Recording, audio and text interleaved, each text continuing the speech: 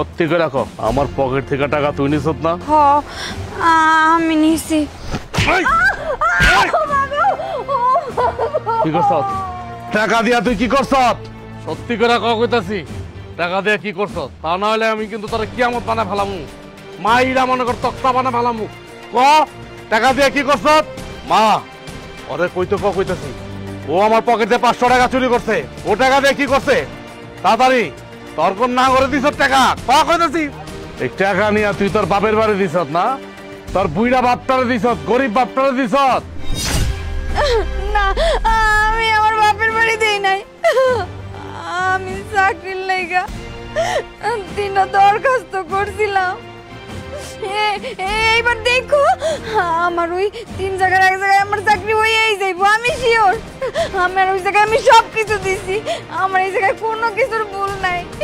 তুই জানোস না এই চাকরি দরখাস্ত যারা দেয় এটা একটা ব্যবসা বাইতা লইছে। বেকার মানুষ যারা আছে অগতিকা সর্বস্ব টাকা পয়সা যা আছে হাতায় নেয়। 10,000 সার্কুলার দিলে একজনও পায় না। তুই জানোস না এটা একটা ব্যবসা, এটা প্রতারণা। মানুষের অনুমতি নিয়ে খেলে, গরিব মানুষের অনুমতি নিয়ে খেলে, বেকার মানুষ গো।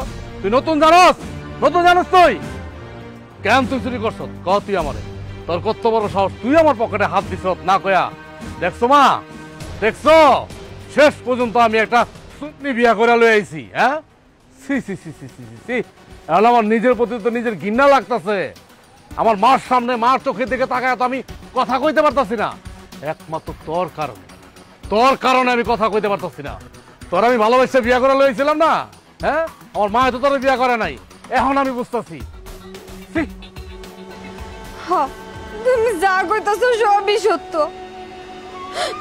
10-20 হাজার জন মানুষ চাকরির জন্য অ্যাপ্লাই করলে মাত্র 2-1 মানুষ হয় চাকরি পায়। এমনও তো হইতে পারে ওই 2-1 জনের মধ্যে আমি হইতে পারি। এইবার চাকরির জন্য যা যা স্কিল দরকার ছিল সব আমার আছে, আমি সব পূরণ করছি, সব জানাইছি করে। আমার বিশ্বাস, আমার মনে হয় এবার আমার চাকরিটা হইব। তুমি এমন করো না আমার লগে। কি করলি তুই? এই কি করলি? চাকরি? হ্যাঁ, চাকরি হয়তো হয় না, হাতে গোনা 2-1 জনের হয়, কিন্তু তোর হইব না। তোর হলো ফাটা কপাল, তোর জীবন হইব না। তুই আমার জীবন জুড়ছত না, আমার জীবনটা তো এমনি তো শেষ। আরো তুই আহার পরে বাকি জীবন যতটুকু ছিল সব শেষ করে ফেলাইছ, কারণ কুফানা তুই একটা। শোন বাবা, তুই নিজে পছন্দ করে বিয়া করে আনছস, মা বাবার অবাধ্য হয়ে বিয়া করলে তাকে এমনই হয়। দেখলি মা কি কইলো? শুনলি? হ্যাঁ, না কানের মধ্যে তুলা দিয়া রাখছ? আর কত শুনুম আমি তোর জন্য আমার মার কাছ থেকে কথা? কত শুনুম আমি? যাক, তোর লগে আমি এত কথা কইতে পারব না। তোর লগে কথা কইতে আমার পায়ের রক্ত মাথা উঠে গেছে গা। এখন তুই এই মুহূর্তে ভালো তুই তোর বাপের বাড়ি থেকে, তোর বাপের থেকে 500 টাকা লয়ে যা, তা নাহলে এই বাড়িতে রাবি না। যদি তুই টাকা ছাড়া হস, এ লাঠি দেখছো পিড়ে একবার হাড্ডি কুটি ভেঙে গেলাম, বানা হালাম কিন্তু। যা তোর বাপের বাড়ি যা, টাকা নিয়ে যা। সুন্নির ঘরে সুন্নি। এটা ঠিক কাম করছিস বাবা, এইটা আরো তোর আগে করা উচিত ছিল। বউ মানুষ বাড়িতে থাকবো, সংসার ধর্ম করবো, তা না চাকরি করে। দেখছো মা, হ্যাঁ সুন্নি হয়ে গেছে সুন্নি, চাকরি করে হ্যাঁ জজ ব্যারিস্টার হইব। এত বড় সাহস দিছি, আর জীবনে চাকরির নাম নিব না।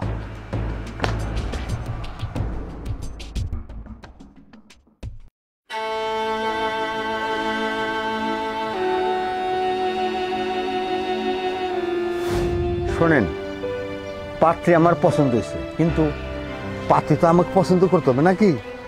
আরে মাইয়ার পছন্দ অপছন্দের ব্যাপার নাই, আপনার যেহেতু পছন্দ হয়েছে বিয়া হইব। আর আপনি কি দেখতে অসুন্দর নাকি? শুনেন বাবাজি, আমি চাই আগামী মাসের 10 তারিখই বিয়ার কাজটা সেরে ফেলতে। আপনি কি বলেন? আচ্ছা ঠিক আছে, আপনি মুরব্বী মানুষ, আপনি যেটা বলবেন সেটাই হবে। তাইলে ওই কথাই রইল। এখন চলেন আপনি আগায় দিয়ে আসি।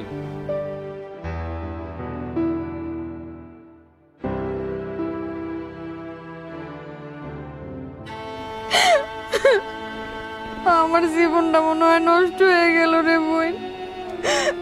আমি কত কষ্ট করে পড়ালেখা করছি, কত ভালো রেজাল্ট করছি, কত স্বপ্ন দেখছি আমি বড় চাকরি করব, কিন্তু আমার এই বুড়া লোকের লগে বিয়া দিয়ে আমার জীবনটা তো শেষ করে দিতেছে।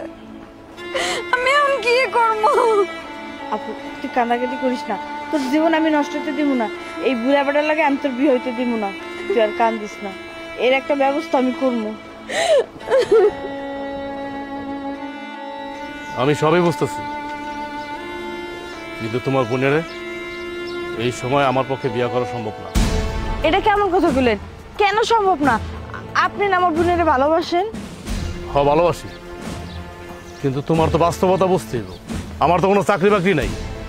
যে চাকরি বাকরি আছে, আমি কাজ কাম করলাম, বিয়ে শাদী করলাম, সংসারটা চললো। সংসারটা চলবো কেমনে? ঘরে এমনি আমার বয়স্ক মা, আমারই চলতে সমস্যা হইতেছে সংসারটা। আমি ওরে নিয়ে কই রাখো, ওরে নিয়ে চালামু কেমনে? তোমার তো এটা বুঝতে হইব নাকি? অবুঝের মতো কথা বলে তো হইব না। ভাইজান এখন আপনি কি করতে চান কোন তো? এখন আমার বোনকে ওই 70 বছরের বুড়া বেটারে বিয়ে করবো? আমি কষ্ট পাবো, কিন্তু কিছু করার নাই। এটাই বাস্তবতা, আর এটাই মাইনা নিতে হইব। তুই কারে কি বুঝাইতাছস?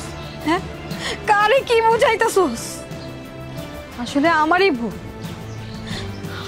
আমি ভুল মানুষকে ভালোবাসছিলাম, বিশ্বাস করছিলাম। যখন তার উপরে দায়িত্ব এলো, সে আমার ছেড়ে চলে যাইতে চায়। ঠিক আছে,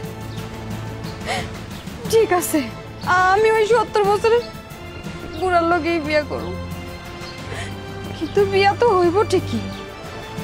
বাসর রাইতে হইব না, বাসর রাইতে আমি মরমো। আমার এই জীবন আমি রাখবো না। শোনো, তোমার বোনরে উল্টা পাল্টা কথা বলতে না করো, তাকেও একটু বাস্তবতা মাইনা নিতে বলো। বাস্তবতা কিন্তু অনেক কঠিন, আবেগ দিয়ে কিন্তু জীবন চলে না। তারে বইলা তো, তারে ছাড়া আমার জীবনের কোনো মূল্য নাই। যে জীবনের মূল্য নাই, ওই জীবন রাইখা লাভ কি? ভাইজান দেখছেন আমার বোন আপনার কত ভালোবাসে, আপনি আমার বোনের বিশ্বাসটা ভেঙে দেন না, আমার বোনের লোকে বেমানি করেন না। ভালোবাসার মানুষের বিশ্বাস অর্জন করতে হইলে অনেক কিছু হারাইতে হয়, আর সেই হারানোর কিছুর পরিবর্তে যদি ভালো কিছু অর্জন করা যায় তাতে ক্ষতি কি?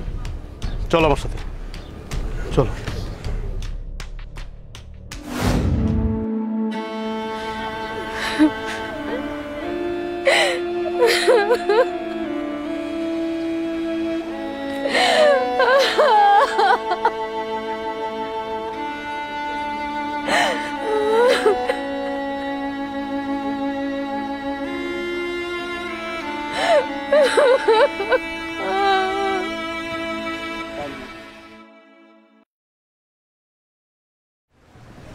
এই খাওয়ানো হয়েছে রে?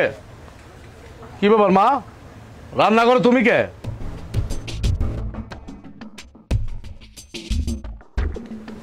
রান্না করে আমি থাকুম না তো কে থাকবো? বৌমা তো আর বাড়িতে নাই। কে কই গেছে?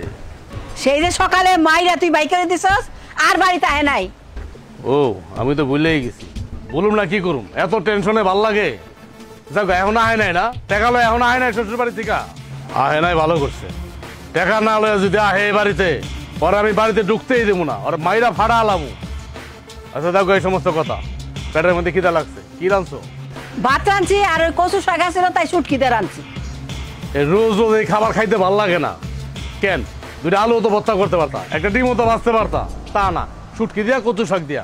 এটা কি খাওয়ান যায়? বাবারে, তোর বউ আইবার আগে আমরা মা পোলায় ভালোই খাইতাম।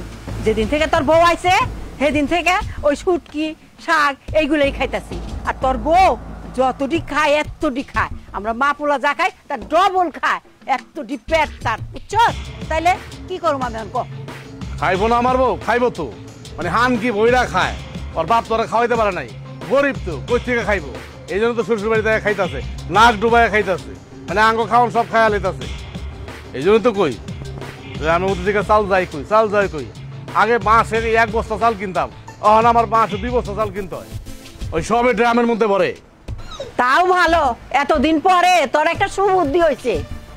সুবুদ্ধি দেবো না, মানুষ যখন ঠেকে তখনই কিন্তু শেখে। মানে আমার কপাল হয়েছে এটা, আমি এখনই বুঝছি। আমার এটা ভালো লাগে না, আমি কি করবো আমি নিজেও বুঝতেছি না। মাঝে মাঝে ইচ্ছা করে কি জানো, মাঝে মাঝে ইচ্ছা করে সংসার ধর্ম ফালায়া ওই যে বনবাসের জায়গা। এই কই যাস, খাই যাবি না? তুমি খাও, আমার খাওয়ান লাগবো না। আমার সে যত সব জ্বালা।